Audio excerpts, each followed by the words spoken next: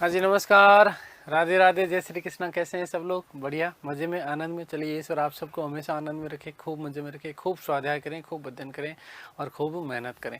दोस्तों, हम बात कर रहे थे गुप्तकालीन कला, संस्कृति और साहित्य की, जहाँ हमने गुप्तकालीन पिछली क्लास में हमने स्थापत्य कला की बात करी, सारे मंदिरों की बात करी, मंदिरों की शैलियों की बात करी। आज उसी कड़ी में कला में, स्थापत्य में अंतिम एक तरीके से टॉपिक है। कौन सा है? गुहा की बात करी थी हमने। गुहा का मतलब गुफा, और इसमें हम बात करेंगे अजंता की गुफाओं की। ठीक है, तो बहुत ही महत्वपूर्ण टॉपिक है, यहाँ से आपके प्रश्न बन सकते हैं। ठीक है, तो बहुत आराम से मस्ती से पढ़िएगा। यही क्लास में सारी चीज़ें याद करवाने वाला हूँ, मज़े मज़े से देखिएगा।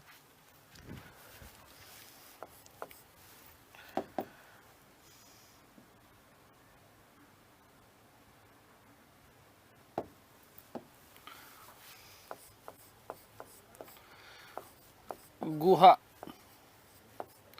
या गुहा का मतलब क्या? गुफा। और आज हम इसमें बात करने वाले हैं अजंता की गुफाएं। अजंता की गुफाएं।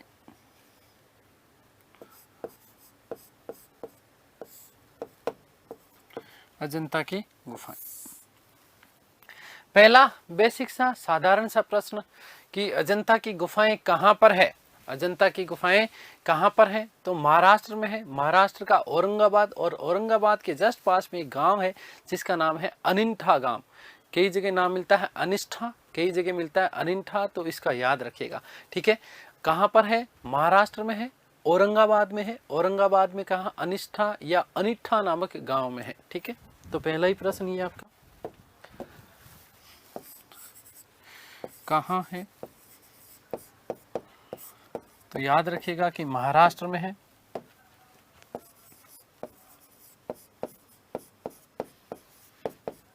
महाराष्ट्र के कहाँ पर? औरंगाबाद।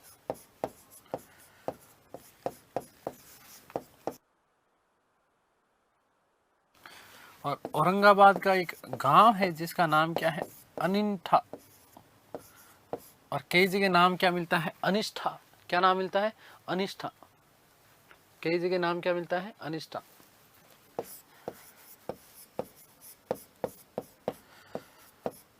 अनिष्ठा का, बस ये इतनी चीजें तो सबको पता है ना। इससे आगे क्या क्या प्रश्न आते हैं उसके बारे में हम लोग बात करने वाले हैं। देखो, ध्यान से सुनना कि आपसे इसमें प्रश्न ये पूछा जाएगा कि इसमें से जो अजंता की जो गुफाएं हैं, अजंता की जो गुफाएं, उसमें से कौन सी गुफाएं गुप्तकालीन हैं? कौन सी गुफाएं गुप्तकालीन हैं? आपका ध्यान बोर्ड पर चाहता हूं, देखिएगा। इसमें गुप्तकालीन गुफाएं, कौन सी गुफाएं गुप्तकालीन गुफाएं कौन सी हैं? गुप्तकालीन गुफाएं कौन कौन सी है? तो देखिएगा, याद क्या रखना है? एक तो याद रखना है 16। क्या याद रखोगे? 16। और उसके बाद में कौन सी याद रखोगे? 17। 16 और 17 ये दोनों याद रखिएगा। ये दोनों, मैंने क्या कहा? ये दोनों गुफाएं, ये दोनों गुफाएं क्या है? गुप्तकालीन है। देखिएगा, ध्यान दीजिएगा, मैंने क्या कहा कि गुप्तकालीन गुफाएं कौन सी है? 16 और 17। 16 और 17। फिर मैंने कहा ये दोनों गुफाएं क्या है? गुप्तकालीन है। आपसे प्रश्न पूछा जा सकता है कि कुल गुफाएं कितनी? इसमें कुल गुफा कितनी है? अजंता की गुफाओं में कुल गुफाएं कितनी है बेटा? याद रखिएगा। तो मैंने कहा ना 16 और 17, ये दोनों, 16 और 17 दोनों। ठीक है ना? कौन सी है? गुप्तकालीन है। तो 2 और 9 लिख दो यहाँ पर। आपसे सीधा सीधा प्रश्न पूछा जा सकता है कि गुप्त काल में जो है अजंता की गुफाओं में कुल कितनी गुफाएं हैं? तो आपको याद रखना है, क्या याद रखना है कि दोनों, ये 29 है ना। कुल गुफाएं कितनी? 29। और 16 और 17 ये दोनों क्या है? आपकी गुप्तकालीन है। आ गई बात समझ में? क्लियर है ना? अब देखिएगा, आगे हम बात करते हैं खोज की। किसकी बात करते हैं हम लोग? खोज की। फिर इसको देखो पकड़ के रखना है, किसको, 16 और 17 को। किसको पकड़ के रखोगे, 16 और 17। 16 और 17 का मतलब 16 और 17 के बाद में क्या आता है, 18 और 19। ये लो साहब, 1819 ईस्वी। खोज कब हुई है, 1819 ईस्वी में हुई। ये बात कैसे पता चली कि 1819 में हुई है, तो याद रखिए कनिंघम, क्या चीज, 1819 में कनिंघम के द्वारा की गई। किसके द्वारा, कनिंघम के द्वारा, कनिंघम के द्वारा। और कनिंघम की यदि हम बात करें तो ऐसा उल्लेख मिलता है कि कनिंघम जो थे ये मद्रास रेजिमेंट के एक सैनिक हुआ करते थे। मद्रास रेजिमेंट के एक सैनिक हुआ करते थे। कनिंघम कौन है बेटा, याद रखिएगा, कि मद्रास रेजिमेंट के सैनिक थे। मद्रास रेजिमेंट के एक सैनिक थे। चलिए, इतनी बात क्लियर होगी। देखिए ध्यान से सुनिएगा, मैंने कहा कि अजंता की गुफाएं कहां पर है, महाराष्ट्र में है, औरंगाबाद अनिष्ठा या अनिष्ठा नामक गांव में है। ठीक है, गुप्तकालीन गुफाएं इसमें कौन कौन सी हैं, तो गुफा संख्या 16 और गुफा संख्या 17 इसमें क्या है बेटा, गुप्तकालीन है। क्या है, गुप्तकालीन है। कुल गुफाएं कितनी है, तो मैंने कहा कि 2 9, ये 2 9 है ना, तो मतलब क्या 29। फिर क्या, खोज जो है कब की गई, 16 और 17 के बाद में क्या आता है, 18 और 19। तो 1819 में किसके द्वारा की गई थी, कनिंघम महोदय के द्वारा। अब मैं यदि पूछूं कि भैया आपसे सीधा सीधा प्रश्न पूछूं, क्या प्रश्न पूछूं कि अजंता की गुफाएं कहां पर हैं, तो आप सीधे सीधे कहोगे भाई साहब गुरुजी ये तो आपके सीधे सीधे आपने अभी बताई है कि महाराष्ट्र में है। कहां पर है, अच्छा महाराष्ट्र में। तो मैं आपसे पूछूं कि जो है महाराष्ट्र कहां है, कैसी बात करते हो गुरुजी, महाराष्ट्र तो भारत में है। अच्छा भारत कहाँ है, अच्छा भारत तो गुरुजी एशिया में है। अच्छा एशिया कहाँ है, एशिया संसार में। अरे संसार कहाँ है, संसार कहां पर है भाई, खतरनाक वाली बात होगी ना। संसार कहां पर है, तो संसार तो पृथ्वी पर है। संसार कहां पर है, पृथ्वी पर। अब आपसे क्या प्रश्न, आप मुझे ऐसे भाई टकटकी लगा के मत देखो, मैंने सही तो बात कही है। मैंने यही तो कहा कि महाराष्ट्र कहाँ के, भारत में, भारत कहाँ एशिया में, एशिया कहाँ के संसार में है, और संसार कहाँ पृथ्वी में। टकटकी लगा के देख रहे हो मुझे, मत देखो। वाकाटक, क्या याद रखना, टकटकी से याद क्या रखोगे, वाकाटक। देखो निर्माण किसने कराया है, वाकाटक वंश का एक शासक था, वाकाटक वंश का एक शासक था। और मैंने क्या कहा कि पृथ्वी पे है, तो उसका याद रखिएगा पृथ्वीसेन द्वितीय। क्या याद रखोगे, पृथ्वीसेन द्वितीय। वाकाटक वंश के शासक पृथ्वीसेन द्वितीय है ना। और इस पृथ्वीसेन ने जब इस प्रकार की अजंता की गुफाओं का निर्माण करवाया तो वराह के समान दिखाया, वराह के समान, किसके समान, वराह के समान। या फिर याद रखिएगा व्याघ्रदेव, क्या याद रखोगे, व्याघ्रदेव। तो निर्माण वाकाटक वंश के शासक, पृथ्वीसेन के सामंत, व्याघ्रदेव या वराहदेव के द्वारा इनका निर्माण किया गया। चलिए लिख देता हूं मैं कि निर्माण, याद रखिएगा वाकाटक वंश के शासक, वाकाटक महाराष्ट्र, ठीक है ना। चंद्रगुप्त द्वितीय की पुत्री, चंद्रगुप्त द्वितीय की पुत्री जिसका नाम क्या था, प्रभावती। क्या नाम था, प्रभावती। इस प्रभावती का विवाह किया गया था, जब मैंने आपको बताया था, है ना। पूर्ण ताम्रपत्र की जब उल्लेख किया था मैंने, तब मैंने आपको ये बात बताई थी कि नहीं बताई थी। तो वाकाटक नरेश पृथ्वीसेन, ठीक है। सीधा सीधा यदि आ जाए पृथ्वीसेन तो आपको पृथ्वीसेन ही करना है। यदि पृथ्वीसेन नहीं आए तो क्या करोगे, पृथ्वीसेन के सामंत,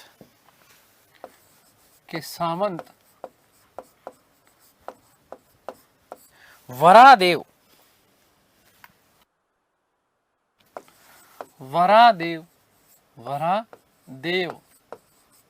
या व्याघ्रदेव के द्वारा, व्याघ्रदेव द्वारा।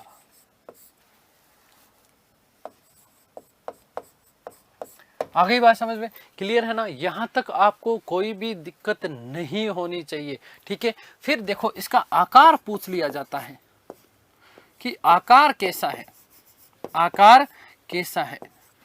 तो भैया पृथ्वी के ऊपर ऐसे सोचना कि पृथ्वी के ऊपर क्या चल रहा था? घोड़ा चल रहा था। क्या चल रहा था? घोड़ा चल रहा था। और घोड़े के उसमें पैर के नीचे क्या लगी होती है? नाल। तो घोड़े की नाल के आकार का है, घोड़े के पैर के नाल के आकार का है। अगली बात समझ में, ये प्रश्न पूछा जा चुका है। घोड़े के पैर की नाल के आकार, पैर के नाल के आकार का, नाल के आकार की।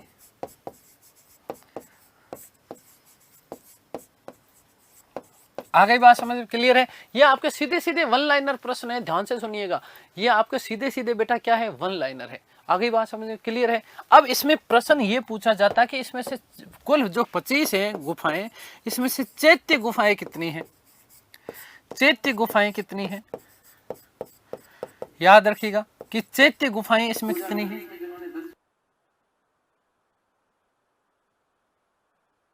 चैत्य गुफाएं कितनी? तो याद रखना कि चैत्य गुफाएं कितनी है? 9, 10, 19 और 26, 4 हैं। चैत्य गुफाएं का मतलब एक तरीके से क्या है? पूजा ग्रह है। क्या है? पूजा ग्रह है। आपसे क्या पूछा जाएगा कि अजंता की गुफाओं में कुल कितने पूजा ग्रह बने हुए हैं? कुल कितने? अभी बताने वाला हूँ किस तरीके के पूजा ग्रह हैं। आपको तस्वीरें भी लेके आया हूँ, चिंता मत करो, ठीक है ना। तो चैत्य गुफाएं या पूजा ग्रह कितने हैं? 4 हैं बेटा। कितने हैं? 4 है। कौन कौन से हैं? देखिएगा, याद रखिएगा, यहीं पे एक साथ लिख देता हूँ, खैर ठीक है। कौन कौन से हैं? 9, 10। याद क्या रखोगे? 9 और 10 गुफा संख्या 9 और 10 चैत्य हैं। क्या है? चैत्य। 9 और 10 मिलाओगे तो कितना होगा? 19। 9 और 10 मिलाओगे तो आपको कितना होगा? 19 होगा। यस और नो? 9 और 10 मिलाओगे तो कितना होगा? 19 और साथ में एक याद रख लिखा और 26। तो इसमें से 4 तो क्या है? चैत्य गुफाएं हैं। 4 इसमें से क्या है? चैत्य गुफाएं। आगे बात समझ में। अब आपसे यहां से प्रश्न पूछा जाता है कि कौन सी गुफा संख्या के सबसे चित्र सबसे प्राचीन है? सबसे चित्र, प्राचीनतम चित्र कौन सी गुफा के माने जाते हैं? तो याद रखिएगा कि सबसे प्राचीनतम चित्र गुफा संख्या 9 और गुफा संख्या 10 के सबसे प्राचीनतम चित्र है। सबसे प्राचीनतम चित्र, प्राचीनतम चित्र, सबसे प्राचीनतम चित्र कौन सी गुफा में है? याद रखिएगा 9 और 10 में, है ना। और ये चित्र कौन सी शताब्दी के हैं? तो याद रखिएगा कि फर्स्ट शताब्दी में, पहली शताब्दी में, फर्स्ट सेंचुरी में इस गुफा के चित्रों का निर्माण, इस गुफा के चित्रों का निर्माण 7वाहन शासकों के द्वारा करवाया गया। 7वाहन शासक, दक्षिण भारत के राजवंश, ठीक है। 7वाहन गौतमी पुत्र सतकर्णी 7वाहन शासकों के द्वारा करवाए गए, शासकों द्वारा बनवाए गए। आगे बात समझ में क्लियर है ना? ये बात क्लियर हो गई, ठीक है। अब प्रश्न आगे क्या आता है कि सर्वाधिक चित्र कहां पर है? पहला प्रश्न यहां से कि सबसे प्राचीन कौन से में है?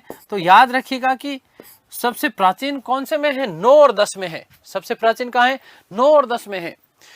कब निर्माण करवाया गया? पहली शताब्दी में। कौन सी शताब्दी में? पहली शताब्दी में जो है सातवाहन वंश के शासकों के द्वारा क्या करवाया गया था? निर्माण करवाया था। अगली बात समझ में। गुफा संख्या 16 और 17 का निर्माण गुप्त काल में हुआ। किसने करवाया है? पृथ्वीसेन ने करवाया है। वाकाटक वंश का शासक है। गुप्त काल के दौरान उसका वाकाटक और गुप्तों का तो गठबंधन था, ठीक है। आगे बात समझ में क्लियर है ना? चलिए आगे हम बात करते हैं कि सर्वाधिक चित्र कौन सी में है। तो मुझे ये बताओ कि गुप्तकालीन गुफाएं कौन कौन सी है? 16 और 17। तो लिख दो वापस 16 और नेक्स्ट क्या लिख दो? 17। देखो सबसे पहले ध्यान से सुनिएगा कि पहले तो 16 में थे, पहले तो गुफा संख्या 16 में थे पहले, है ना। सर्वाधिक चित्र, पहले सर्वाधिक चित्र कौन से में थे? गुफा संख्या 16 में थे। परंतु अब वर्तमान में क्या चीज है, वर्तमान में सर्वाधिक कौन सी में है, 17 में है। सर्वाधिक कौन सी में है, 17 में है। आ गई बात समझ में, क्लियर है ना। महत्वपूर्ण है बात, ये याद रखिएगा। देखो ध्यान से सुनना, चैत्य गुफाओं की संख्या, चैत्य गुफाएं कितनी है, चैत्य का मतलब क्या है, पूजागृह। कितने हैं बेटा, 4 हैं। कौन कौन सा है, 9, 10, 19 और 26। 9 और 10 को जोड़ोगे तो 19 आ जाएगा, साथ में 26 साथ में, याद रख लेना, ठीक है। सबसे प्राचीनतम चित्र है कौन सी गुफा में, 9 और 10 में। इनका निर्माण पहली शताब्दी में सातवां शासकों के द्वारा करवाया गया था। गुफा संख्या 16 और 17 का निर्माण किसने करवाया है, याद रखिएगा, पृथ्वीसेन ने करवाया है। वाकाटंक वंश का शासक है, उसने अपने सामंत व्याघ्रदेव या वराहदेव को उसने क्या दिया था, आदेश दिया था, ठीक है। आगे बात समझ। तो कुल 29 थी ना, कुल 29 है ना, तो 29 में से 4 तो चैत्य गुफाएं हैं, तो बाकी याद रखिएगा यहां पर विहार गुफाएं कितनी है, 25। विहार गुफाएं कितनी है, 25 है। कितनी है, 25 गुफाएं विहार की हैं। विहार गुफा, विहार गुफाएं कितनी है, याद रखिएगा, विहार गुफाएं कितनी है। विहार का मतलब क्या, निवास, बौद्ध भिक्षुओं का निवास, बौद्ध निवास क्या बोले जाते हैं, विहार बोले जाते हैं। कुल कितनी है बेटा, 25 है। कितनी है, 25। तो 25 और 4 कितनी हो गई, 29 हो गई आपकी। 25 और 4 कितनी हो गई है, 29 हो गई है। आगे बात समझ में। देखो सर्वाधिक चित्र कहाँ है, तो सर्वाधिक चित्र जो है पहले तो 16 में थे, लेकिन वर्तमान में कहाँ है, 17 में है। वेरी मोस्ट इंपोर्टेंट बात, क्या मोस्ट इंपोर्टेंट बात, कि चित्र निर्माण में क्या चीज है, चित्र निर्माण में टेम्पेरा और फ्रेस्को विधि का प्रयोग किया गया है। मोस्ट इंपोर्टेंट बात ध्यान से सुन लीजिएगा, इंपोर्टेंट है ये कि चित्र निर्माण में, चित्र निर्माण में टेम्पेरा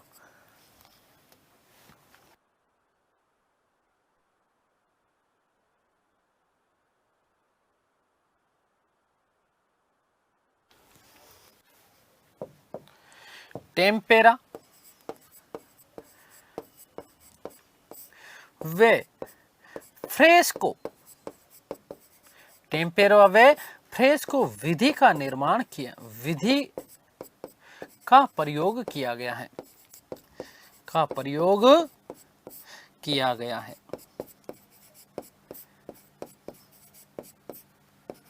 क्या होता है भाई टेम्पेरा और फ्रेस्को, टेम्पेरा और फ्रेस्को विधि क्या होता है, तो देखो ध्यान से सुनना। आपने पीओपी देखा है ना, पीओपी टाइप का, मतलब वो जो वाइट, उसको क्या बोलते हैं हम लोग, चूना टाइप का जो होता है, पीओपी टाइप का वो है ना, ठीक है। उससे जो है जमा करके, है ना, उससे जमा करके जब चित्रों का निर्माण किया जाता है, मूर्तियों का निर्माण किया जाता है, तो वो क्या होता है, टेम्पेरा विधि होती है, फ्रेस्को विधि होती है। अगली बात समझ में। फिर उसके ऊपर क्या बना दिया जाता है, चित्र बना दिए जाते हैं, सुंदर सुंदर। अभी मैं बताने वाला हूँ किस तरीके के चित्र हैं। अगली बात समझ में, क्लियर है ना। देखो वापस सुनना, सबसे पहले हमने बात की अजंता की गुफाएं कहाँ पर है, महाराष्ट्र, औरंगाबाद, अनिंठा नामक गांव में। गुप्तकालीन गुफाएं कौन सी है, 16 और 17, 16 और 17। सर्वाधिक चित्र पहले कहां पर थे, तो 16 में थे। सर्वाधिक चित्र पहले कहां पर थे, 16 में। वर्तमान में सर्वाधिक चित्र कहां पर हैं, 17 में है। यहीं से याद कर लीजिएगा, ठीक है, क्योंकि 17 आया तो 16 को खतरा हुआ। 16 के ज्यादातर जो चित्र हैं वो अब क्या हो गए, नष्ट हो गए। क्या हो गए, नष्ट हो गए। अगली बात समझ में। कुल गुफाएं कितनी, 29 है।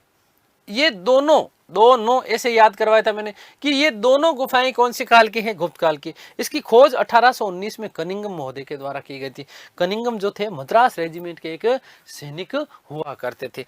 आगे बात करी हमने कि गुफा, माफ कीजिएगा, आगे बात करी हमने कि निर्माण किसने, मैंने कहा कि महाराष्ट्र कहाँ पर है, तो महाराष्ट्र भारत में, भारत कहाँ पर, एशिया, एशिया कहाँ पर है, तो विश्व, विश्व कहाँ पर है भैया, पृथ्वी पे है। तो इसलिए क्या कि पृथ्वीसेन, मैंने कहा कि टकटकी लगा के मत देखो, मैंने तो सही बात की। तो वाकाटक नरेश, कौन सा, वाकाटक नरेश पृथ्वीसेन, और पृथ्वीसेन का सामंत था जिसका नाम का था वराहदेव या व्याघ्रदेव। आगे बात समझ में। आकार कैसा है, घोड़े के पैर की नाल के आकार का है, घोड़े की पैर की नाल का आकार है। ये वेरी मोस्ट इंपोर्टेंट प्रश्न है, फर्स्ट ग्रेड में पूछा जा चुका है यूपी में, ठीक है। और चैत्य गुफाएं पूजा गृह, चैत्य का मतलब क्या है? पूजा ग्रह। चित्त धन ये से मिला बन करके मिला है, ठीक है। चैत्य कितनी है? 4 है। कौन कौन सी है? 9 10, 9 10 मिलाओगे तो कितना हुआ? कुल 19 हुआ। 9 10 हुआ मिलाओगे तो कितना? 19 और 7 में क्या याद रखोगे? 26। 9 10 19 और 26, इसमें से ये दोनों 9 और 10 सबसे प्राचीनतम चित्र है यहाँ, ठीक है ना, ठीक है ना। और इनका निर्माण किसने करवाया? पहली शताब्दी में। सबसे प्राचीनतम, सबसे पहला है, तो पहले से याद रखिएगा, पहली शताब्दी, ठीक है ना। कौन से वंश के शासकों के द्वारा? सातवाहन शासकों के द्वारा इसके जो है चित्रों का निर्माण करवाया गया। चित्र निर्माण में कौन सी विधि का प्रयोग किया? टेम्पेरा और फ्रेस्को विधि का। टेम्पेरा और फ्रेस्को विधि का क्या किया है? निर्माण किया है। अब देखो सर्वाधिक चित्र मैंने बता दिया 16 में, अब कहां पर है? 17 में। विहार गुफाएं या बौद्ध निवास जिसको बोलते हैं, निवास स्थान कुल कितने हैं? 25।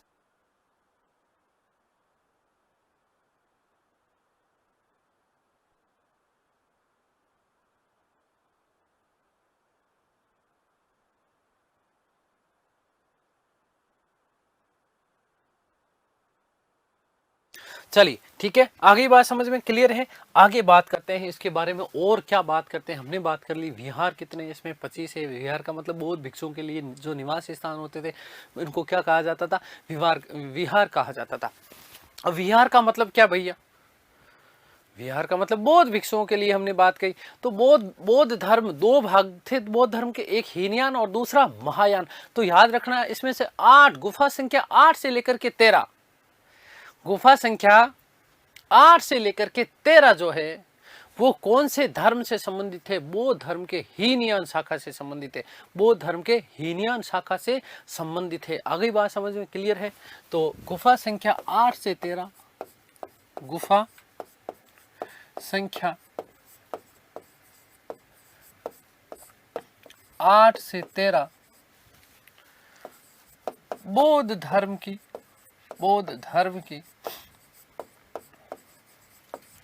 हीनयान शाखा से संबंधित है, शाखा से संबंधित है। आगे बात समझ में। एक बात और नोट लगा के मैं बात लिख रहा हूं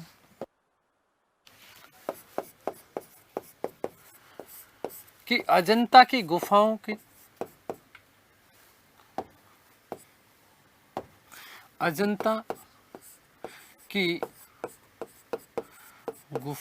के चित्रों का विषय, चित्र जो है क्या चीज? चित्रों का विषय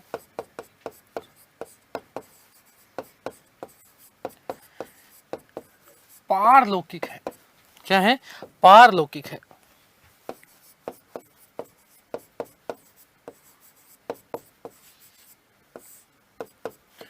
पारलौकिक का मतलब क्या होता है भाई? धर्म से संबंधित है। क्या है? धर्म से संबंधित है। पारलौकिक विषय जिसको हम लोग बोलते हैं, क्या चीज बेटा? पारलौकिक विषय। इसका मतलब क्या है? धार्मिक है। क्या है? धार्मिक है। क्या है? धार्मिक है। आगे बात समझ में क्लियर है ना। अब मैं आपको और भी महत्वपूर्ण कौन कौन सी गुफाएं हैं, वहां पर क्या क्या चित्रण है, वो सारी चीजें मैं आपको समझाने वाला हूं। लेकिन उससे पहले मैं कुछ आपको दिखाना चाहता हूं। देखिएगा, यह आप देख रहे हैं जो, ये क्या है? आपकी अजंता की गुफाएं हैं। इसको यदि आप देखोगे इस प्रकार से तो आपको ऐसे लग रहा होगा कि बिल्कुल क्या है? घोड़े की नाल के आकार का है। घोड़े की नाल का आकार का है, ठीक है। ये आप जो देख रहे हैं तस्वीर दिख रही है भाई, ठीक है। घोड़े की नाल के आकार में ये देखो गुफाएं बनी हुई है। क्या बनी हुई है? ये गुफाएं बनी हुई है पूरी इस तरीके से। मतलब ये जो है किस तरीके से है? ये इस तरीके से गुफाएं हैं। तो घोड़े की नाल का आकार भी तो इस तरीके का ही होता है। तो इस तरीके की ये गुफाएं हैं। चंद्राकार भी बोल सकते हैं इसको, उल्टा चंद्र, ठीक है। तो ये चीज आप ध्यान रखिएगा, ठीक है। दिख गई? कितना मनोरम है, कितना भव्य है ना। कभी मिले जिंदगी में मौका तो जाके देख के आना भाई, ठीक है। अब इसको और देखो, बहुत ये पूरा का पूरा अब पूरी नाल के आकार का दिख रहा ना। ये यहां से लेकर के ये यहां इस तरीके से अजंता की गुफाएं बनी हुई है। दिख रही है आप लोगों को? पूरा का पूरा एक पहाड़ी को काट करके इस तरीके का इसका निर्माण किया गया है। अब देखने में ही सुंदर लग रही है, आपको मजा आ रहा होगा, आपको आनंद आ रहा होगा, है ना। बहुत भव्य है ना, बहुत सुंदर है ना। देखिएगा कितनी तो बढ़िया सुंदर प्रकृति ही इसकी चारों तरफ से इसकी क्या कर रही है, रक्षा कर रही है। देखो ये यहाँ से गुफाएं स्टार्ट हो जाती है, यहाँ से लेकर के फिर ये देखो ये पूरी यूं वापस यूं घूम रही है, ठीक है ना, ये यहाँ तक है, ठीक है। तो इसका आकार कैसा हो गया आपका, घोड़े की नाल के आकार का हो गया। दिख रहा है, समझ में आ रही है चीजें। इसको और थोड़ा देखो, जूम करूंगा, ठीक है। अभी खैर अंदर भी चलेंगे अपन, चिंता मत करो, ठीक है। ये इसका मुख्य प्रवेश द्वार है, अभी अंदर भी लेके चलूंगा आपको, चिंता मत करो। ये फिर इसका एक और इसका मुख्य प्रवेश द्वार है, आगे बात समझ में। यहाँ पर भी एक प्रवेश द्वार है, ठीक है। इस तरीके से जो है ये क्या है, अजंता की गुफाएं बनी हुई है, बहुत भव्य है, सुंदर है, क्या है, बहुत ही भव्य और सुंदर है। आकार कैसा है, घोड़े की नाल के आकार का है, घोड़े की नाल के आकार का है। आगे बात समझ में क्लियर है ना। चलिए ये देख लीजिए अब, ये वाला आप चित्र देख रहे हैं, ठीक है। ये और अपन अंदर आ गए हैं, थोड़ा और पास में आ गए हैं। ये पूरी की पूरी आपकी दिख रही होगी आप लोगों को, ठीक है। थोड़ा और जूम कर देता हूँ मैं, जल्दी से दिखा देता हूँ ताकि आपका टाइम भी खराब नहीं हो और आप देख भी लें और इनको समझ भी जाएं, ठीक है। क्योंकि मुझे ऐसे लगता है कि देखी हुई चीज़ ज़िंदगी में कभी हम लोग भूलते नहीं हैं, और यहाँ से प्रश्न आपके बेटा आते ही आते हैं, ठीक है। तो ये आपकी क्या हो गई है, अजंता की गुफाएं हो गई है। अजंता गुफाएं हैं, याद रखिएगा, अजंता गुफाएं, अजंता गुफाएं। आगे बात समझ में क्लियर है। चलिएगा देखिएगा, अब और थोड़ा नजदीक आ गए हम लोग, है ना। एक एक मेहनत करके आप लोगों के लिए भाई मैं ये चित्र लाता हूँ, तो जिंदगी में कम से कम एटलीस्ट ये इतना रखना कि हाँ ठीक है, हमने हर एक चीज देखते हुए पढ़ी है, ठीक है। बहुत मेहनत लगती है इनको निकालने में, तस्वीरों को एडिटिंग करने में, ठीक है। तो हमारी टेक्निकल टीम और हम मिलकर के ये सारा का सारा काम करते हैं, लेकिन फिर भी इसमें बहुत टाइम कंज्यूमिंग होती है ये चीज़ें, ये प्रोसेस, ठीक है। तो ये इस प्रकार से देखो, मैंने कहा था ना ये मुख्य प्रवेश द्वार दिखाया था मैंने आपको वहाँ से जूम करके, ठीक है। अब देखिएगा, फिर आ जाइए आप यहाँ पर, ये आप और इसको नज़दीक से देख लो। ये यहाँ से पूरी की पूरी देखो सीढ़ियाँ चल रही हैं, ठीक है। ये यहाँ से, ठीक है, ये पूरी की पूरी ये पूरा रास्ता बना हुआ है आगे सामने, बहुत ही भव्य है, बहुत ही सुंदर है। जीवन में कभी आपको मौका मिले जाने का, नौकरी वोकरी जब लग जाए तब यहाँ पर बिल्कुल जा कर के आइएगा आप लोग।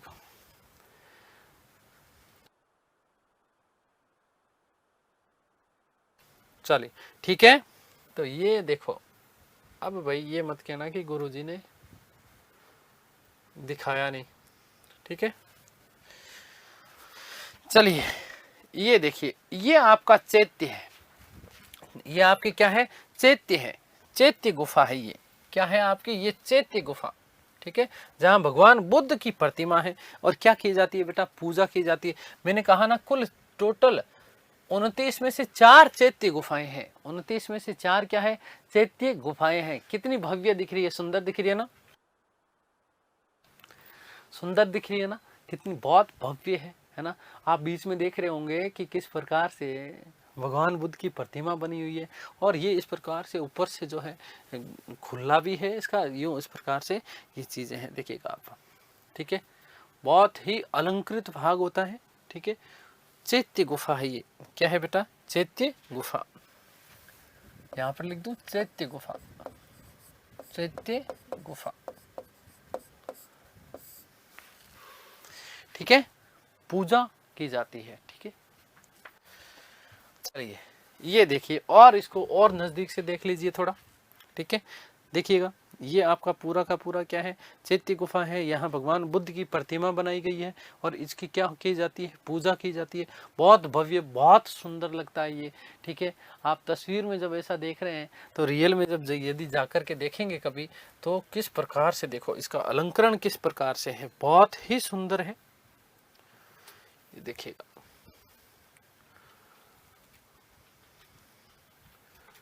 ठीक है। ये ऊपर से देखो इस प्रकार से यूं ये रखा जाता है, पत्थरों का प्रयोग किया गया, ये पूरे के पूरे पत्थर हैं ये बनाए हुए, ठीक है। ये भगवान बुद्ध की क्या लगाई जाती है, इसमें प्रतिमा लगाई जाती है बीच में, और फिर इसकी क्या की जाती है, पूजा की जाती है। ये पूरे के पूरा आपका क्या है, चैत्य गुफा है बेटा।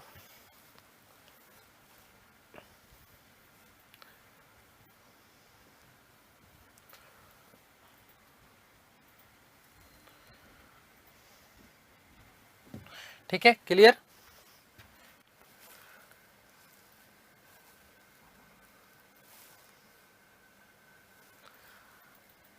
चलिए ये देख लीजिए और थोड़ा इसको नजदीक से देख लीजिए। ये आपका क्या है, भगवान बुद्ध की अंदर चैत्य गुफा में स्थापित प्रतिमा जो है भगवान बुद्ध की, ठीक है। ये इस तरीके से है, ठीक है, क्लियर है। ये देखिए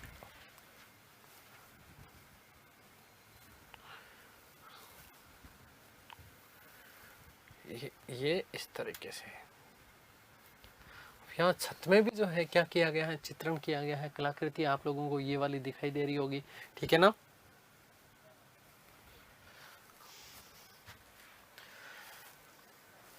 ये आपका वही चैत्य है फिर इस तरीके से।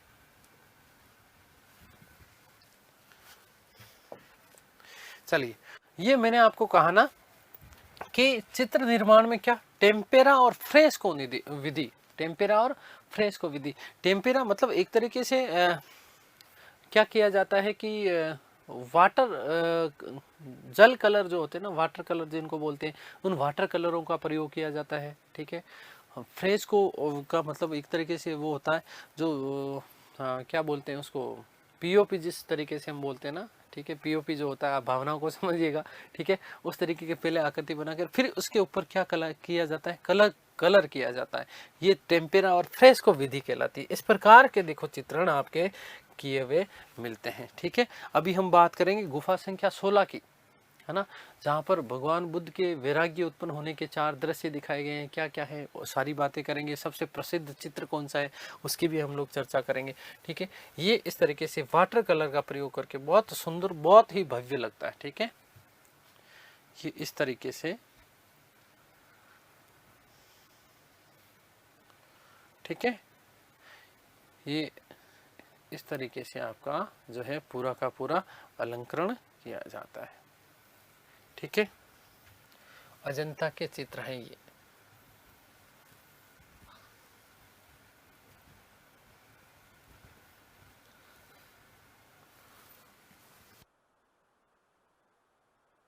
चलिए ये इस प्रकार से देखिएगा, है ना, अजंता के चित्र हैं, बहुत सुंदर है ना।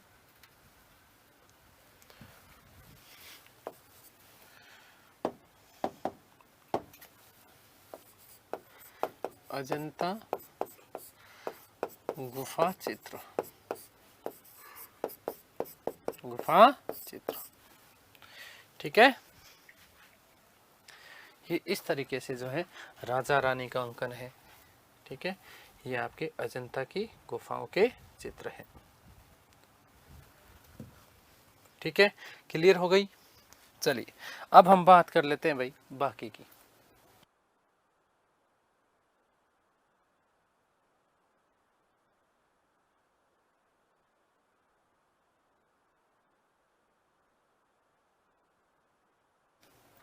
चलिए ठीक है, अब देखिएगा,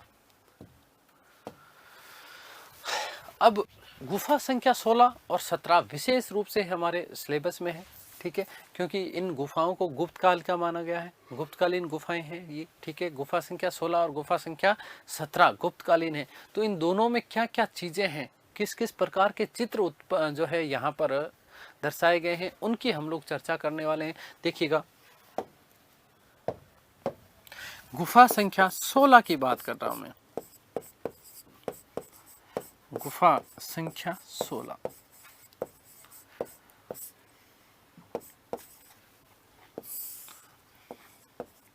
ठीक है। गुफा संख्या 16 में क्या क्या चीजें हैं, महत्वपूर्ण बात ध्यान से सुनिएगा बेटा, कि भगवान बुद्ध को वैराग्य उत्पन्न होने के 4 दृश्य, एक तो भगवान बुद्ध को जिन जिन दृश्यों से वैराग्य उत्पन्न हुआ वो 4 दृश्य कहां पर हैं? वो 4 दृश्य यहां पर है। वो कौन से 4 दृश्य थे आप लोगों को पता होना चाहिए।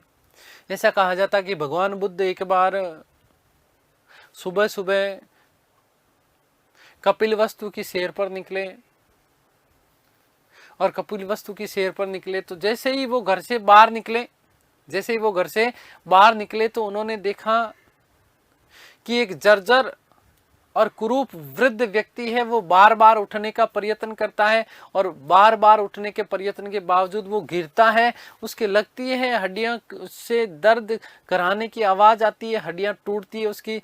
बहुत ही वेदनामय दृश्य है, बहुत खतरनाक वाला दृश्य है। भगवान बुद्ध को देख करके बड़ा दुख होता है कि हे भगवान, कैसे ये सृष्टि है, क्या इस प्रकार का जीवन मेरा भी होगा? मेरे भी आसपास में कोई नहीं होगा, मैं उठने का बार बार प्रयास करूंगा, कुरूप हो जाऊंगा, इतना मैं गिरूंगा, मुझे दर्द होगा और मुझे उठाने वाला कोई भी नहीं होगा।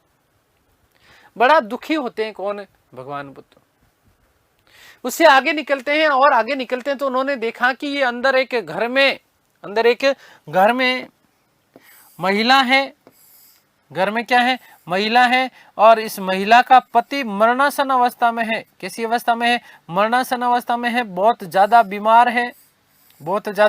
बीमार है, बेड पर लेटा हुआ है, पड़ा हुआ है, और पास में बैठी उसकी पत्नी जो है विलाप कर रही है, उसके बालक पास में बैठे बैठे विलाप कर रहे हैं। ठीक है, बहुत ही दर्दनाक दृश्य है, और ये अपने जीवन के अंतिम क्षणों की तरफ है।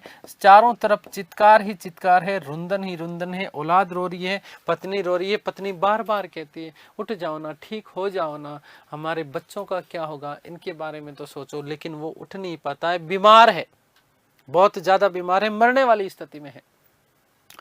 तो पहला जर्जर कुरूप व्यक्ति।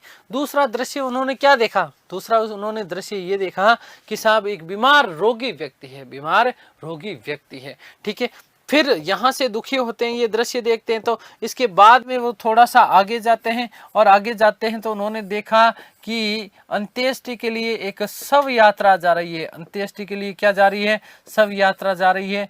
लोग इसको कांधा दिए हुए हैं, कांधा दिए हुए हैं, और लेकर के जा रहे हैं कहाँ? जलाने के लिए। कहाँ लेके जा रहे हैं? जलाने के लिए लेके जा रहे हैं। आगे बात समझ में क्लियर है? पूरा का पूरा इसका परिवार बहुत ज्यादा दुख में है, बहुत ज्यादा शोक में है, विरह में है, चारों तरफ चित्कार हाहाकार मचा हुआ है, और इसको अंत्येष्टि के लिए लेके जा रहे हैं। तीसरा दृश्य, ये दृश्य देखा तो भी भगवान बुद्ध को बहुत ज्यादा दुख हुआ। हाय राम, चारों तरफ जहां पर भी देखता हूं, चारों तरफ मुझे तो दुख ही दुख दिखाई देता है। बड़ी वेदना हुई, और इससे आगे जब गए तो उन्होंने देखा कि एक भाई साहब बहुत ही खतरनाक वाला दृश्य था, जिसने उनके जीवन को परिवर्तित कर दिया। एक धर्मनिष्ठ भिक्षुक जो हाथ में झोला लगाए हुए, झमाझम करते हुए, मस्ती से नाचते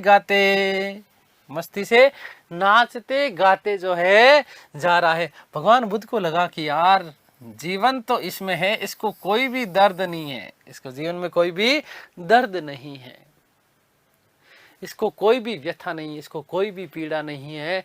और ये 4 दृश्य जिन्होंने उनके जीवन को परिवर्तित कर दिया। 29 वर्ष की आयु में उन्होंने गृह त्याग कर दिया। कितने वर्ष की आयु में? 29 वर्ष की आयु में गृह त्याग किया। और फिर आपको पता ही है क्या बोले कि ये संसार दुखों से भरा हुआ है, इसलिए बुद्धं शरणं गच्छामि, धम्मं शरणं गच्छामि, और संघं शरणं गच्छामि। बुद्ध की शरण में जाओ, धम्म की शरण में जाओ, और संघ की शरण में जाओ। आगे बात समझ। तो वैराग्य उत्पन्न होने के जो उन्होंने 4 दृश्य देखे थे, उन 4 दृश्यों का अंकन किया गया है। कहां पर अंकन किया गया बेटा? याद रखिएगा, कहां पर अंकन किया गया? गुफा संख्या 16 में। 16 में क्या है? 4। 16 में क्या है? 4 क्या है? दृश्य। कौन से? जिससे भगवान बुद्ध को वैराग्य उत्पन्न हुआ। 4 का स्क्वायर करोगे तो कितना आएगा? 16। ठीक है, ध्यान आ गई बात। 16 में क्या है, 4, 4 का स्क्वायर है ना, 4, 4 का स्क्वायर क्या होता है, 16 होता है ना, ठीक है। तो 4 तो दृश्य है, और कौन सी गुफा में है, 16 में है। कौन सी गुफा में, 16 में। कौन से 4 दृश्य जिसमें वैराग्य उत्पन्न हुआ, आ गई बात समझ। फिर उसके बाद में जब वो वहां से चले जाते हैं, जब वो वहां से चले जाते हैं, महावीर निष्क्रमण कहा जाता है बौद्ध धर्म में इस घटना को, उनकी गृह त्याग की घटना को। 29 वर्ष की आयु में वो गृह त्याग करते हैं। 6 वर्ष बाद में उनको ज्ञान की प्राप्ति होती है, और उसके बाद वो अपने जीवन का प्रथम उपदेश देते हैं। कहां पर, सारनाथ में, ऋषिपत्तनम या सारनाथ, या जिसे श्रीपतन मृगदाई कहा जाता है। तो वहां पर वो जीवन का अपना प्रथम उपदेश देते हैं, और वही उपदेश सुनते हुए भक्तगण, उपदेश देंगे तो कोई ना कोई सुनेगा ना, यस और नो। हालांकि सारनाथ में उन्होंने 6 लोगों को उपदेश दिया था, बप्पा, भदिये, कौंडिन्य, असागी और महानामा। और इसी के साथ में वहां का एक सारनाथ का जो है व्यापारी हुआ करता था, जिसका नाम है यश श्रेष्ठी बोला जाता था, ठीक है। आगे बात समझ। तो ध्यान से सुनिएगा, क्या चीज कि उपदेश सुनते हुए भक्तगण का चित्रण कहां पर किया गया, गुफा संख्या 16 में, ठीक है। और सबसे लास्ट अंतिम क्या बात बेटा, वेरी मोस्ट इंपॉर्टेंट, ध्यान से सुनिएगा, सबसे प्रसिद्ध चित्र कौन सा माना जाता है, प्रसिद्ध चित्र माना जाता है मरणासन राजकुमारी का चित्र, मरणासन राजकुमारी का चित्र। और मरणासन राजकुमारी का चित्र मरती हुई अवस्था में वीरे वेदना में व्याकुल राजकुमारी को दिखाया गया है।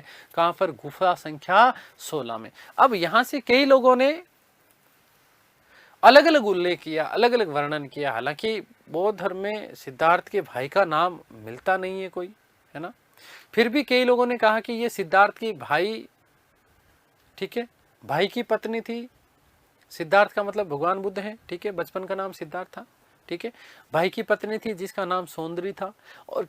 और कई लोग जो हैं इसका उल्लेख यशोधरा गोपा के बारे में करते हैं, जो कि सिद्धार्थ की पत्नी हुआ करती थी, वीरे वेदना में व्याकुल हो गई, ठीक है। लेकिन फिर हम जब गुफा संख्या 17 की बात करेंगे तो वहां पर कुछ एक अलग यूनिक चीज आएगी कि उनकी पत्नी यशोधरा के द्वारा दान देने का भी उल्लेख करेंगे हम थोड़ी सी देर बाद में, ठीक है। तो ये कुछ चीजें आप लोगों को ध्यान रखना है। गुफा संख्या 16 की बात कर लेते हैं। गुफा संख्या 16 में क्या है, तो पहली चीज, नंबर 1, भगवान बुद्ध को, भगवान बुद्ध को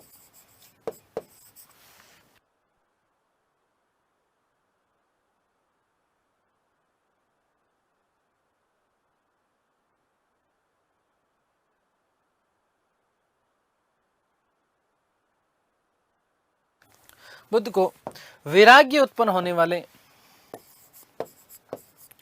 वैराग्य उत्पन्न होने वाले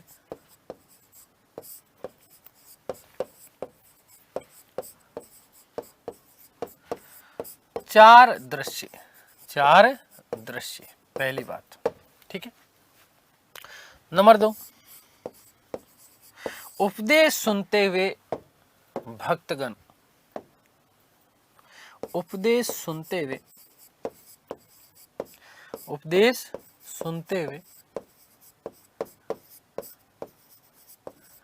वे भक्तगण,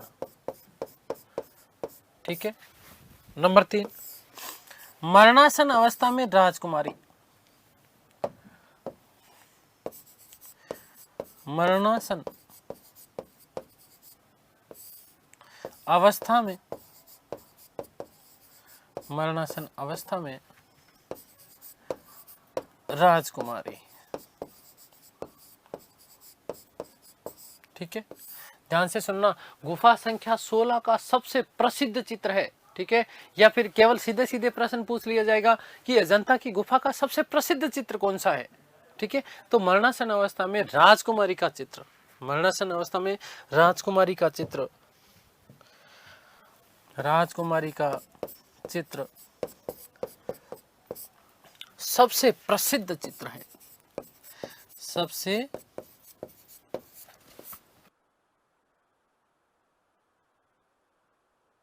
प्रसिद्ध चित्र है।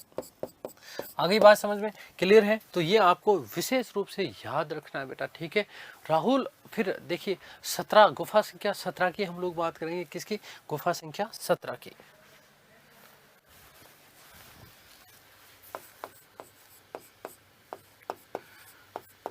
गुफा संख्या 17,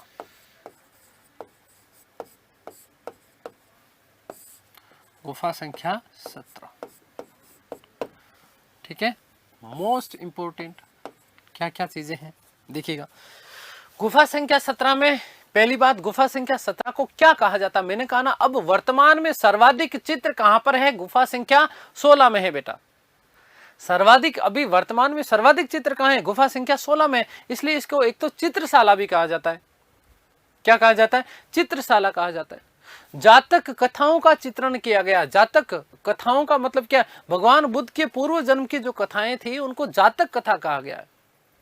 महाहंस को दिखाया गया है, ठीक है। आपने पढ़ा होगा बचपन में कहानी, महाहंस जातक की बात कही गई है यहाँ पर। और साथ ही साथ महत्वपूर्ण, वेरी मोस्ट इंपोर्टेंट बात कि उनकी पत्नी यशोधरा के द्वारा, जिसे बिंबा, भदकचना या गोपा भी कहा जाता है बौद्ध धर्म में, उनकी पत्नी के द्वारा राहुल के त्याग का चित्रण है। राहुल के त्याग का चित्रण है जो नारी के अंतर मन की पराकाष्ठा को दिखाता है। क्योंकि नारी इस संसार में त्याग केवल नारी ही कर सकती, इसके अलावा त्याग कोई नहीं कर सकता। वो अपना सब कुछ दे देती है, सब कुछ अर्पण कर देती है, अंतिम श्वास भी अपने परिवार के नाम लिख देती है। नमन करता हूं मैं ऐसी नारी को।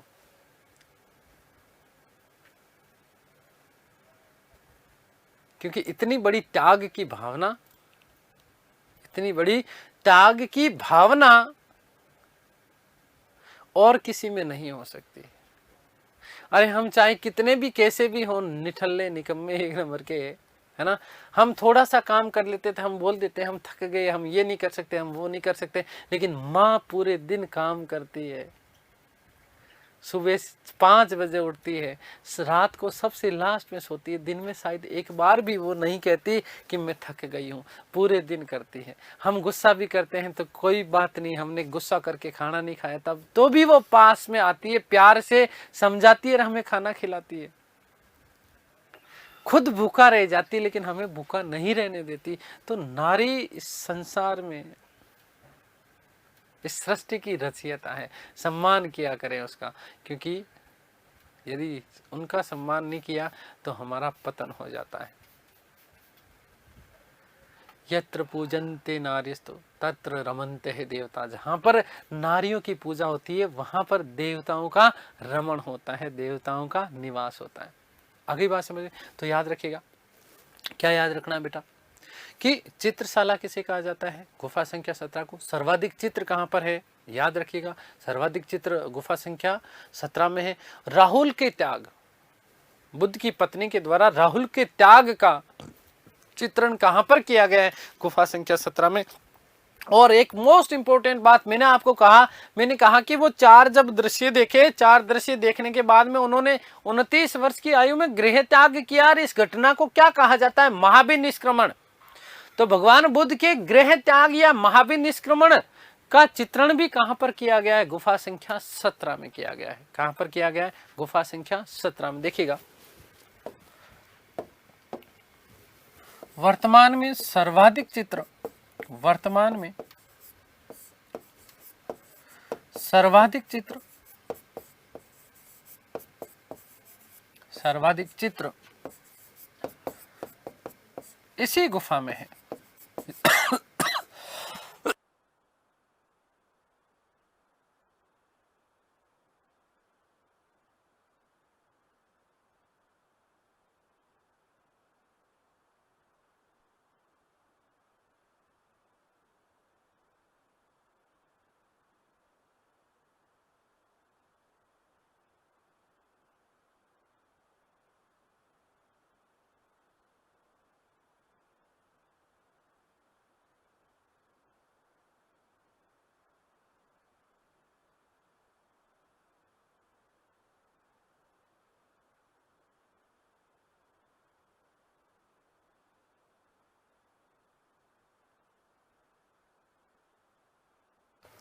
ठीक है। वर्तमान में सर्वाधिक चित्र इसी गुफा में है, इसी गुफा में है। क्या हो रहा है यार?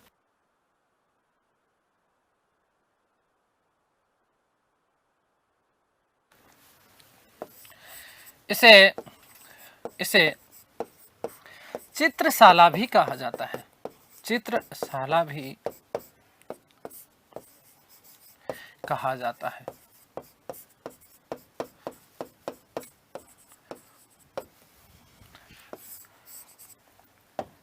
बुद्ध की पत्नी, चलिए पहले वो बात लिख देता हूं कि बुद्ध के महाभिनिष्क्रमण, बुद्ध के गृह त्याग, गृह त्याग अर्थात क्या? महाभिनिष्क्रमण, महाभिनिष्क्रमण का चित्रण किया गया है, निष्क्रमण का चित्रण किया गया है, चित्रण किया गया है।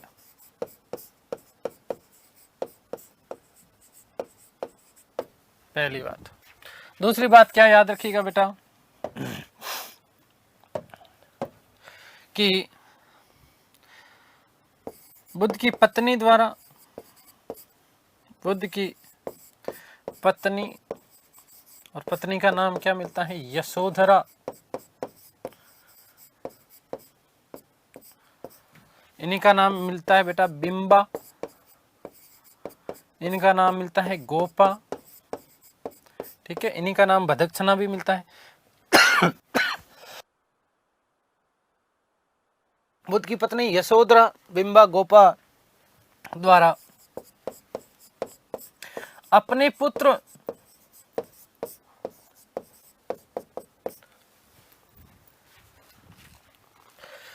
राहुल को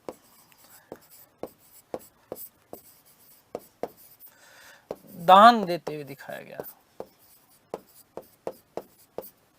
या राहुल को, है ना, राहुल को दान देते या त्याग, इसमें लिख लीजिएगा, कंफ्यूजन नहीं होना है, ठीक है। वापस समझाऊंगा। त्याग का चित्रण है, त्याग का चित्रण है, ठीक है। तो ये किसी भी महिला के त्याग की पराकाष्ठा का चित्र है, ये पराकाष्ठा का चित्रण करता है, महिला के त्याग की पराकाष्ठा है ये, ठीक है। इसे महिला के त्याग की, इसे महिला के त्याग की, त्याग की पराकाष्ठा माना गया है, ठीक है बेटा। याद रखिएगा। क्या?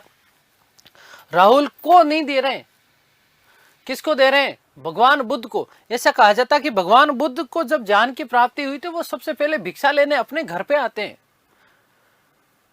भिक्षा लेने के लिए कहां पर आते हैं? घर पे आते हैं। और उसकी पत्नी यशोधरा, सिद्धार्थ बचपन का नाम, तो यशोधरा कहती है कि क्या भिक्षा चाहिए भिक्षा पात्र में, और वो अपने पुत्र को मांग लेते हैं। किसको मांग लेते हैं? अपने पुत्र को मांग लेते हैं। आप सोचिए ना, उसका तो पूरा का पूरा सर्वस्व ही उजड़ गया। पति पहले गृह त्याग करके चला गया, छोड़ के चला गया, केवल एक संतान थी, उस संतान को भी पति उसमें मांग लेता है दान में, पति उसको दान में मांग लेता, तो उसका क्या बचेगा? तो ये सर्वस्व लुटाने वाली बात है। ये महिला के त्याग की पराकाष्ठा को दर्शाता है, महिला के त्याग की पराकाष्ठा को दर्शाता है। कौन सा चित्र? बुद्ध की पत्नी यशोधरा या बिंबा गोपा द्वारा अपने पुत्र को दान देते हुए, अपने पुत्र को दान में दे दिया, है ना, दान में देते हुए, ठीक है, पुत्र को दान में, है ना, पुत्र को दान में देते हुए का चित्रण किया गया है। आगे बात समझ में क्लियर है ना? यहां तक आपको किसी भी प्रकार का कोई भी संशय नहीं होना चाहिए।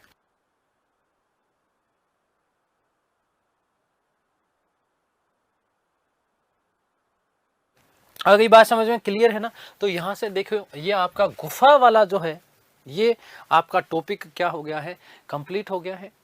एक थोड़ी सी कुछ यदि मैं आपको इसमें एक्स्ट्रा बताऊं अजंता की गुफाओं में, ठीक है, तो एक तो याद रखिएगा कि गुफा संख्या 2, गुफा संख्या 2 में झूला झूलते हुए राजकुमारी दिखाई गई है, झूला झूलते हुए राजकुमारी दिखाई गई है, ठीक है ना। मैं कुछ अन्य जो है चित्रण दिखा रहा हूँ गुफा अजंता की गुफाओं के, ठीक है। अगली जो हमारी क्लास होगी उसमें गुप्तकालीन कला उसके साहित्य की बात करेंगे, साहित्य और विज्ञान की, ठीक है। तो बहुत ही महत्वपूर्ण क्लास होने वाली है अगली क्लास। देखिए लिखा देता हूँ मैं, थोड़ा सा समय बचा है। अजंता की गुफाओं के, अजंता की गुफाओं के अन्य चित्र, अन्य चित्र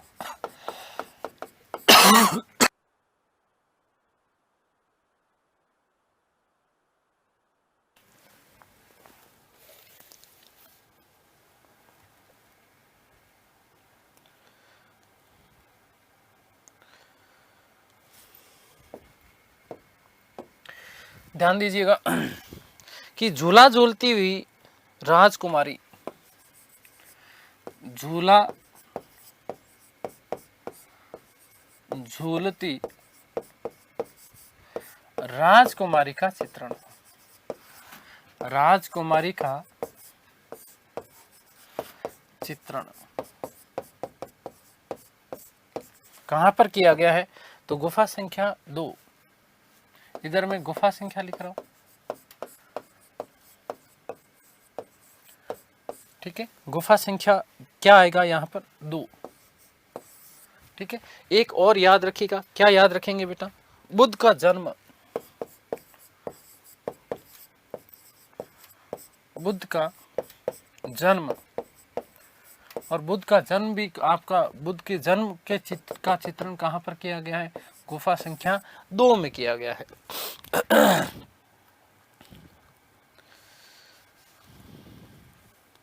ठीक है। इसके अलावा आप क्या याद रखते हैं, बैठी स्त्री का चित्र,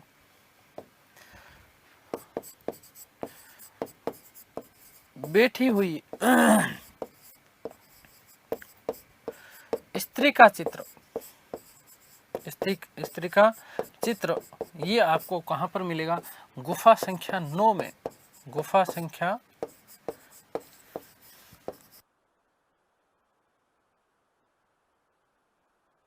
गुफा संख्या 9 में। पुजारियों का दल स्तूप की ओर जाते हुए, पुजारियों का दल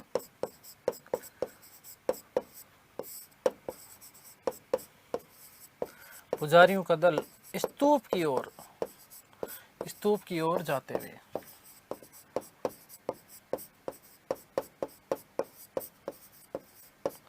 ये भी आपका गुफा संख्या 9 में इस प्रकार का चित्रण मिलता है, याद रखिएगा।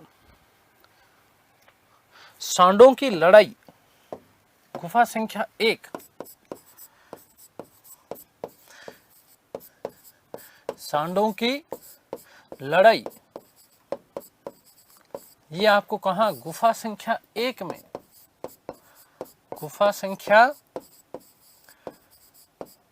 1 में मिलता है। और इसी के साथ में एक में और याद रखिएगा कि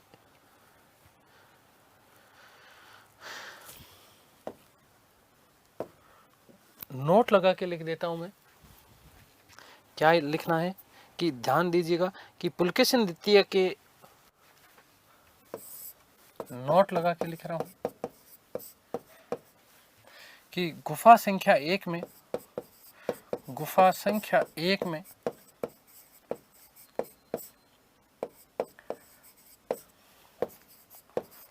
पुलकेशिन द्वितीय, पुलकेशिन द्वितीय चालुक्य वंश का शासक था, ठीक है, वातापी बादामी चालुक्य, पुलकेशिन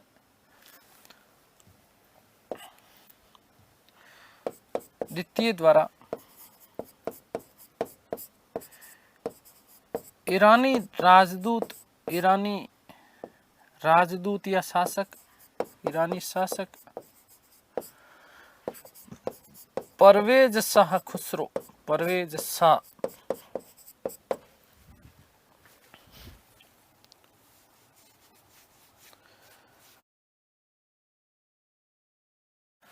परवेज शाह खुसरो का स्वागत करते हुए, खुसरो का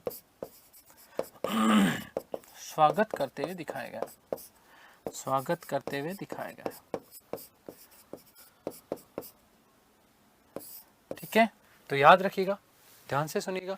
देखो पहले में तीन चीजें विशेष रूप से याद, दो चीजें विशेष रूप से, सांडों की लड़ाई, ठीक है, गुफा संख्या एक, पुलकेशिन द्वितीय जो कि चालुक्य वंश का शासक हुआ करता था, उसके दरबार में एक ईरानी शासक आया परवेज शाह खुसरो, उसका स्वागत करते हुए भी वहां पर दिखाया गया। ठीक है, झूला झूलती हुई राजकुमारी का चित्रण गुफा संख्या 2 में। फिर क्या है, बुद्ध का जन्म गुफा संख्या 2 में। एक माया का स्वप्न, ठीक है, माया का स्वप्न, केवल ऐसे याद रख लीजिएगा कि माया का स्वप्न भी आपको जो है गुफा संख्या 2 में उसका चित्रण किया गया है। ठीक है, बैठी हुई स्त्री का चित्र गुफा संख्या 9 में है। पुजारियों का दल स्तूप की ओर जाते हुए गुफा संख्या 9 में है। सांडों की लड़ाई जो है गुफा संख्या 1 में है।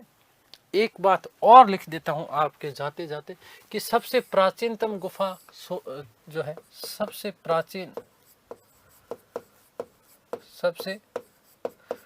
प्राचीन गुफा और कौन सी मानी जाती है, गुफा संख्या 13, गुफा संख्या 13।